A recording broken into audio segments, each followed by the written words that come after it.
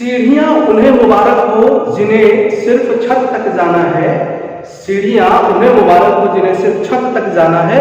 मेरी मंजिल तो आसमान है, मुझे रास्ता खुद बनाना है। स्टूडेंट्स, अगर आप अपनी जिंदगी में सफल होना चाहते हैं तो सबसे पहले आप अपने लक्ष्य को बड़ा रखिए। लेकिन सिर्फ लक्ष्य बड़ा रखने से कुछ नहीं होता, उसके लिए आपको कड़ी मेहनत करनी होगी और अपना रास्ता खुद बनाना होगा। ठीक है, तो इस माइंडसेट के साथ आप आ चुके हैं आपके अपने चैनल डिजिटल गुरु पे, जहां पे हम क्लास 10 के हिस्ट्री का पहला चैप्टर लेकर के चल रहे हैं और इस चैप्टर में पीछे कई टॉपिक्स हम कवर कर चुके हैं। जो लास्ट टॉपिक हमने लास्ट वीडियो में स्टार्ट किया था, the making of nationalism in Europe, आज उसी का पहला सब टॉपिक लेकर के आए हैं, the aristocracy and the new middle class. तो इस टॉपिक को हम आज डिस्कस करेंगे, लेकिन टॉपिक शुरू करने से पहले, वीडियो को शुरू करने से पहले एक छोटा सा रिक्वेस्ट आपसे कि अगर आपने अब तक इस चैनल को सब्सक्राइब नहीं किया है तो नीचे सब्सक्राइब बटन है, वहां पे प्रेस करके चैनल को सब्सक्राइब कर लीजिए, बेल आइकन प्रेस कर लीजिए ताकि आपको नए वीडियोस का नोटिफिकेशन जल्द से जल्द मिल सके। और इस वीडियो में लास्ट तक बने रहिए ताकि आपको इस टॉपिक की अंडरस्टैंडिंग अच्छी हो सके। ठीक है, तो इस टॉपिक में सबसे पहले हम ये जानेंगे कि जो टॉपिक का टाइटल है aristocracy and new middle class, इसमें अरिस्टोक्रेसी और मिडिल क्लास का मतलब क्या होता है। अरिस्टोक्रेसी का मतलब होता है कि किसी सोसाइटी में कुछ ऐसे गिने चुने लोग होते हैं जिनको कुछ स्पेशल टाइटल्स मिले होते हैं। कुछ मतलब जनरली जो सोसाइटी के कॉमन मैन होते हैं उनको उस टाइटल से बुलाते हैं, जैसे जमींदार साहब, ठीक है, या पुराने जमाने में जो टाइटल होते थे राजाधिराज, इस तरीके के जो टाइटल होते थे, तो उनको कुछ सोसाइटी में प्रिविलेजेस मिली होती हैं और सोसाइटी के ऊपर उनका दबदबा होता है। ठीक है, तो वैसे क्लासों को हम, वैसी जो क्लास होती है उसको हम कहते हैं अरिस्टोक्रेसी। मिडिल क्लास जो एक क्लास है सोसाइटी की, जो कि सोसाइटी को हम बेसिकली तीन स्ट्रेटिफिकेशन में देखते हैं, upper class, middle class, lower class. तो अपर क्लास वो क्लासेस होते हैं जनरली जिनके पास वेल्थ अच्छी होती है, सोशल स्टेटस अच्छा होता है, पॉलिटिकल जो स्टेटस होता है वो काफी जो नीचे के लोग हैं उनसे अच्छी होती है। और जो लोअर क्लास है वो जनरली आपको छोटे मोटे जो मजदूर होते हैं, खेतों में काम करने वाले लोग होते हैं, साफ सफाई करने वाले जो लोग होते हैं, ये जिनके पास लोअर सोर्स ऑफ इनकम है, जिनके पास सोशल स्टेटस जिनकी नीची है, वो लोअर क्लास के लोग होते हैं। मिडिल क्लास के लोग जनरली जो जॉब करने वाले लोग होते हैं, छोटे मोटे बिजनेस करने वाले लोग होते हैं, डॉक्टर्स हैं, इंजीनियर्स हैं, जिनकी इनकम या सोशल स्टेटस ना तो बहुत ज्यादा है और ना ही बहुत कम है, ऐसे लोगों को मिडिल क्लास कहते हैं। तो 19वीं सेंचुरी में यूरोप में कुछ ऐसी सिचुएशंस थी जिसकी वजह से एक नए मिडिल क्लास का इमर्जेंस हुआ। ठीक, अब इस अरिस्टोक्रेसी का, इस न्यू मिडिल क्लास का, इस नेशनलिज्म से, जो नेशनलिज्म यूरोप में बन रहा था, इन मेकिंग प्रोसेस था, इसमें इस पर्टिकुलर दो क्लासेस का क्या रोल था, इस रोल के बारे में इस पूरे टॉपिक में हम लोग डिस्कस करने वाले हैं। तो सबसे पहला अगर हम पॉइंट लेते हैं, in Europe a landed aristocracy was socially and politically a dominant class. ठीक है, तो सोसाइटी में कुछ ऐसे गिने चुने लोग थे, कुछ जिनकी संख्या बहुत कम थी, उनके पास लैंड होल्डिंग बहुत ज्यादा थी, जमीनें उनके पास ज्यादा थी। जमीन ज्यादा होने की वजह से क्या था, उनका सोशल स्टेटस, पॉलिटिकल स्टेटस काफी रिच था। ठीक है, मतलब सोसाइटी में उनकी कुछ पोजीशन होती थी, बाकी जो लोग थे उनको एक अलग नजर से देखते थे कि ये पैसे वाले हैं, या इनका जो सोसाइटी में है रेपुटेशन है, अच्छा इनकी इमेज है सोसाइटी में, पॉलिटिकल जो जितने भी पोस्ट थे वो इनके पास थे, पॉलिटिकल राइट, पॉलिटिकल प्रिविलेजेस इनके पास थे। तो ये यूरोप में लैंडेड अरिस्टोक्रेसी जो थी, मतलब जिनके पास जमीनें थी, उनका सोशल पॉलिटिकल स्टेटस काफी रिच था। अब नेक्स्ट पॉइंट है कि members of this class means ये जो लैंडेड एरिस्टोक्रेसी है, इस क्लास के लोग, इस क्लास के जो मेंबर थे, they were united by a common way of life, मतलब उनका जो जीने का ढंग था, रहन सहन था, उसमें यूनिटी थी, यूनिफॉर्मिटी थी, एक तरीके के मतलब जो उनके डाइटिंग पैटर्न थे, उनके पहनावे थे, ठीक है, ये सारी चीजों में एक यूनिफॉर्मिटी हमें दिखाई देती है किस क्लास की, लैंडेड एरिस्टोक्रेसी क्लास की, ठीक है। It cut across regional divisions. अब ये जो लैंडेड एरिस्टोक्रेसी थी, इसमें एक तो रीजनल लेवल पे थोड़ी सी डिवीजन थी कि कुछ जगह पे जो लैंडेड एरिस्टोक्रेसी उनका वे ऑफ लाइफ थोड़ा सा स्लाइटली एक रीजन से दूसरे रीजन में डिफरेंट है, और दूसरी चीज थी जो सोशल स्ट्रेटिफिकेशन था, उसमें भी ये बाकी जो नीचे के लोग थे उनसे अपने आप को अलग करके दिखते थे, अपने को कटाना। Mostly they were owners of states in countryside and town houses. अब ये इंटरेस्टिंग फैक्ट है, ठीक है, क्या कि ज्यादातर जो ये क्लास के लैंडेड एरिस्टोक्रेसी थे, उनके पास गांवों में क्या थे, स्टेट्स थे, मतलब बड़े बड़े फार्मिंग लैंड हुआ करते थे, ठीक है। कंट्री साइड का मतलब स्टूडेंट्स समझ लीजिए अच्छे से, ज्यादातर स्टूडेंट्स को क्लासेस में जब मैं पूछता हूँ कि कंट्री साइड का मतलब क्या होता है, तो स्टूडेंट्स जवाब देते हैं कि किसी देश के बगल में, लेकिन ये मीनिंग गलत है। कंट्री साइड का मतलब होता है जो रूरल एरियाज होते हैं उनको हम कहते हैं कंट्री साइड। तो ये जो आपको कौन सी क्लास, लैंडेड एरिस्टोक्रेसी क्लास थी, ये ओनर थे स्टेट्स के, जो फार्मिंग लैंड हुआ करते थे गाँव में, उनके ओनर होते थे, बड़ी बड़ी जमीनें होती थी, बड़े बड़े फार्म लैंड होते थे, जिनके ऊपर काफी संख्या में मजदूरों को रख करके उनसे काम करवाते थे, और खुद उन गांव के एरिया में नहीं रहते थे, ये रहते थे कहाँ पे, टाउन, ठीक है, जो शहर होते थे, शहरों में इनका घर होता था, और वहां पे गांव में इनके फार्म लैंड वर्क करते थे, जिसके ऊपर जाके मजदूर किसान जो है वो काम करते थे। Spoke French for purposes of diplomacy and in high society. तो इनकी लैंग्वेज क्या थी, फ्रेंच बोलते थे डिप्लोमेसी के लिए, और आपको जो इसमें सोसाइटी में मतलब लोगों के बीच जब जाते थे तो उनके बीच, और डिप्लोमेसी के लिए, डिप्लोमेसी मतलब कि किसी से कुछ काम कराना है या किसी से कोई वर्क लेना है, तो उसके लिए इस लैंग्वेज का इस्तेमाल करते हैं। Families way connected by matrimonial ties, ठीक है। अब इनकी जो फैमिलीज है वो एक दूसरे से कनेक्टेड थी, मैट्रिमोनियल टाइज होते थे। मतलब क्या है कि ये अपने ही क्लास में, ठीक है, अपने क्लास के बीच ही शादी विवाह का संबंध इनका होता था, नीचे के क्लासेस के साथ कोई भी मैट्रिमोनियल टाइज नहीं था।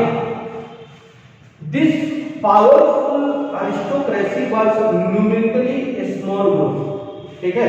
तो इनकी संख्या क्या थी, अगर हम पॉपुलेशन को देखें, पॉपुलेशन कंपोजिशन को देखें, तो इनकी संख्या कम थी लेकिन पावरफुल ज्यादा है।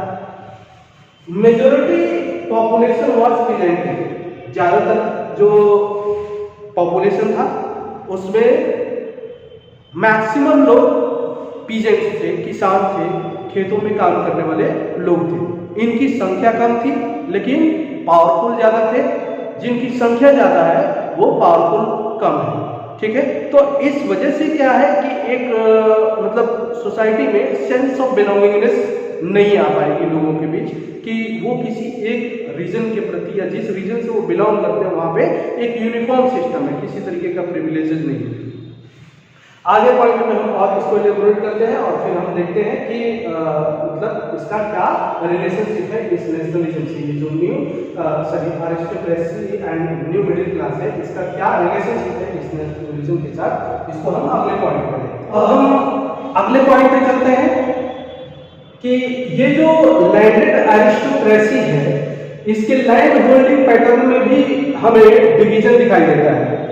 पीछे के टॉपिक में पीछे के पॉइंट में अभी हमने बात किया था कि ये जो लैंडेड एरिस्टोक्रेसी है, इनका जो एक सोशल स्टेटस है, जो लिविंग पैटर्न है, इसमें एक तरीके की यूनिटी हमें दिखाई देती है, लेकिन साथ के साथ रीजनल लेवल पे वेरिएशंस भी हैं। वो क्या है देखते हैं कि to the west the bulk of land was farmed by tenants and small owners in eastern and central Europe. The land holding pattern was characterized by vast estates which were cultivated by some. ये Europe, इसका eastern part, central part और western part को अगर हम देखें और यहाँ पे तीनों जगह पे अलग अलग हम लैंड होल्डिंग पैटर्न को देखें इस लैंडेड एरिस्टोक्रेसी के द्वारा, तो हम क्या पाते हैं कि जो वेस्टर्न साइड है, जो वेस्टर्न यूरोप है, यहाँ पे किस तरीके की लैंड होल्डिंग पैटर्न है। जो लैंड होल्डिंग पैटर्न है वहां पे खेतों के ऊपर टेनेंट्स काम कर रहे हैं, स्मॉल ओनर्स काम कर रहे हैं। टेनेंट्स मतलब जैसे मान लीजिए कि हमारा खेत है, मैं उसमें खेती नहीं कर सकता, मैंने आपको किराए पे दे दिया कि ये खेत आप रखिए 1 साल के लिए, इसके ऊपर आप कल्टीवेशन कीजिए। कल्टीवेशन करके या तो जो उपज होगी उसका कुछ हिस्सा हमें दे दीजिए एज ए रेंट, या फिर आप कैश में उसको मुझे दीजिए। तो इस तरीके का पैटर्न था। स्मॉल ओनर्स मतलब जो लैंड होल्डिंग था वो बड़े बड़े फार्म लैंड नहीं थे, छोटे छोटे फार्म लैंड थे, मतलब सब्सिस्टेंस टाइप के, कि हम सिर्फ अपने उस खेत में कल्टीवेशन करके और सिर्फ अपने फैमिली की नीड को पूरा कर सकते। तो इस तरीके का लैंड होल्डिंग पैटर्न कहाँ था? वेस्टर्न यूरोप में। अब eastern and central Europe the land holding pattern was characterised by vast estates which were cultivated by sums.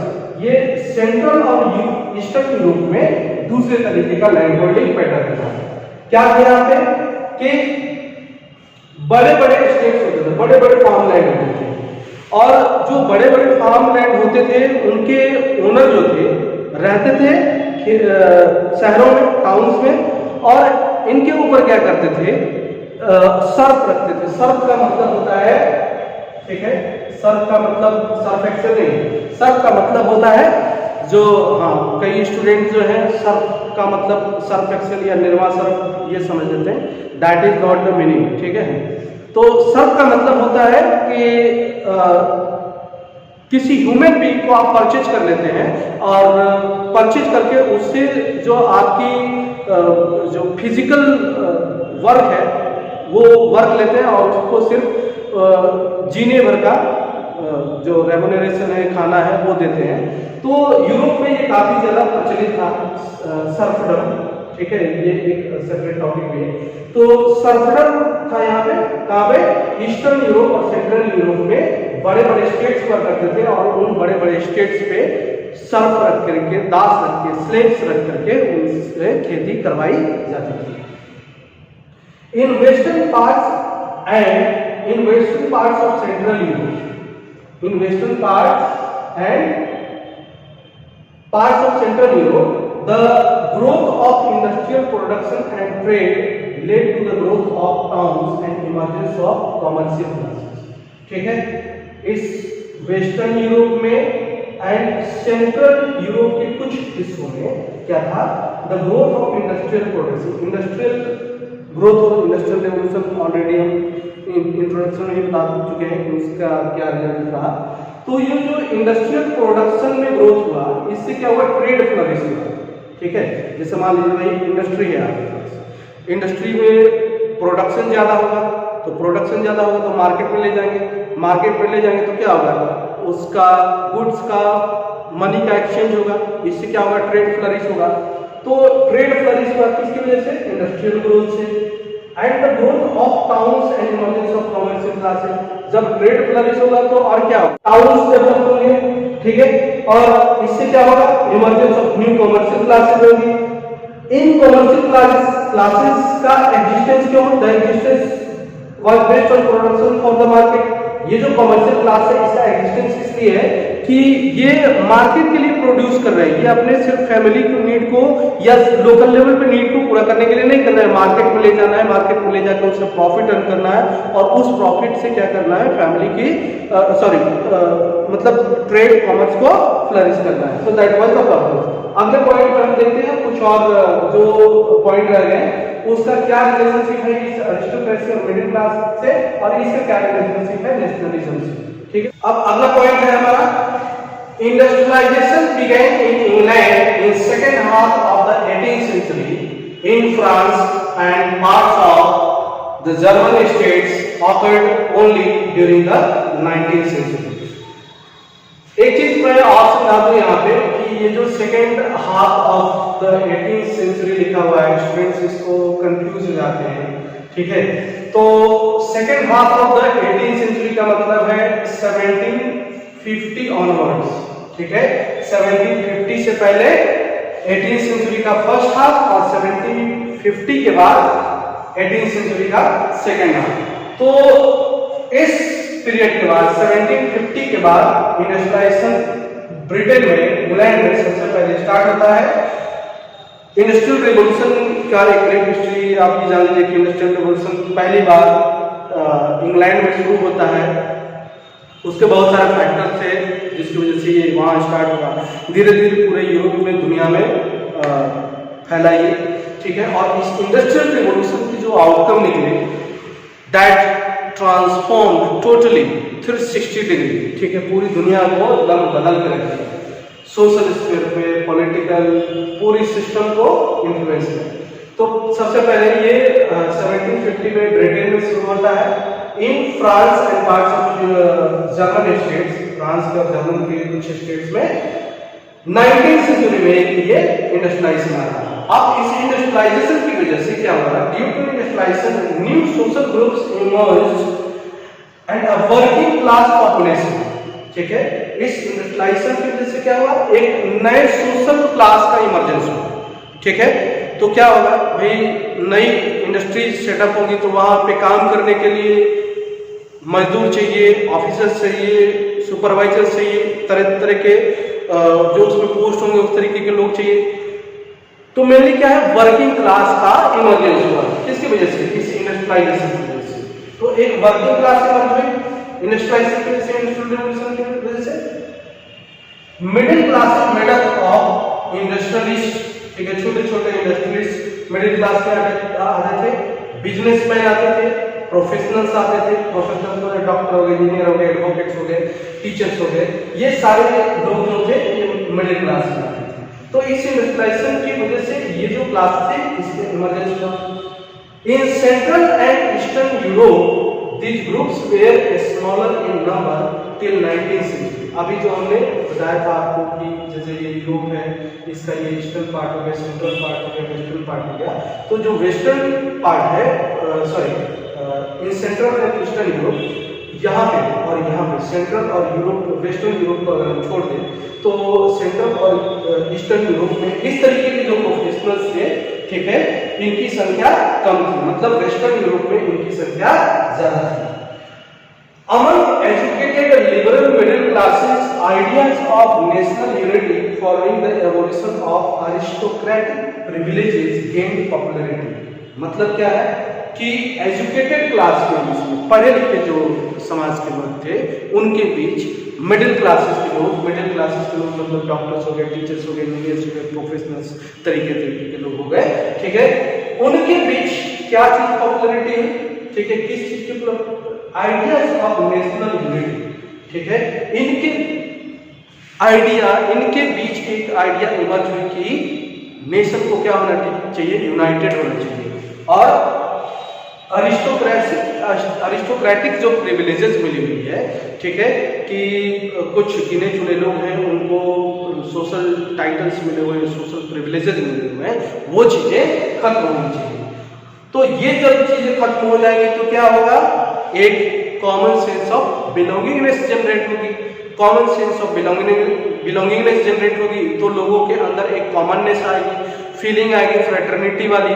ठीक है, और फ्रेटर्निटी की फीलिंग आएगी तो उससे क्या होगा, इससे एक आपको कॉमन सोशल आइडेंटिटी क्रिएट होगी।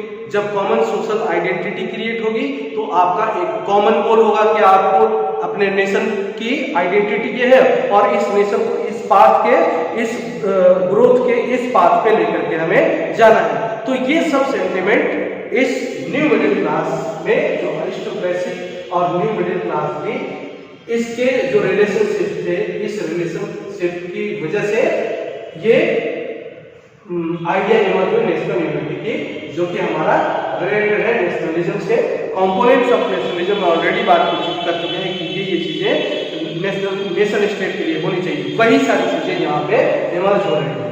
ठीक है, तो इसने क्या कंट्रीब्यूट किया मेकिंग ऑफ नेशनलिज्म। यूरोप में जो नेशनलिज्म की फीलिंग जो एक कॉन्क्रीट स्टेप लेनी चाहिए, वहां पे ये जो डेवलपमेंट हुए, इसकी वजह से एक उसको स्ट्रेंथ मिला। अगले टॉपिक में हम जब आएंगे तो बात करेंगे what did liberal nationalism stand for. Liberal nationalism का मीनिंग क्या है, उसके बारे में हम लोग अगले टॉपिक में बात करेंगे। ठीक है, तो इस वीडियो को फिर से एक दो बार आप प्ले करके देखिए, समझिए और हमारे साथ बने रहिए। चैनल को अभी तक सब्सक्राइब नहीं किया है तो नीचे सब्सक्राइब बटन प्रेस करके चैनल को सब्सक्राइब कर लीजिए और बेल आइकन को प्रेस कर लीजिए ताकि आपको नए वीडियोस के नोटिफिकेशन जल्द से जल्द मिल सके। बने रहिए हमारे साथ, पढ़ते रहिए। Thank you.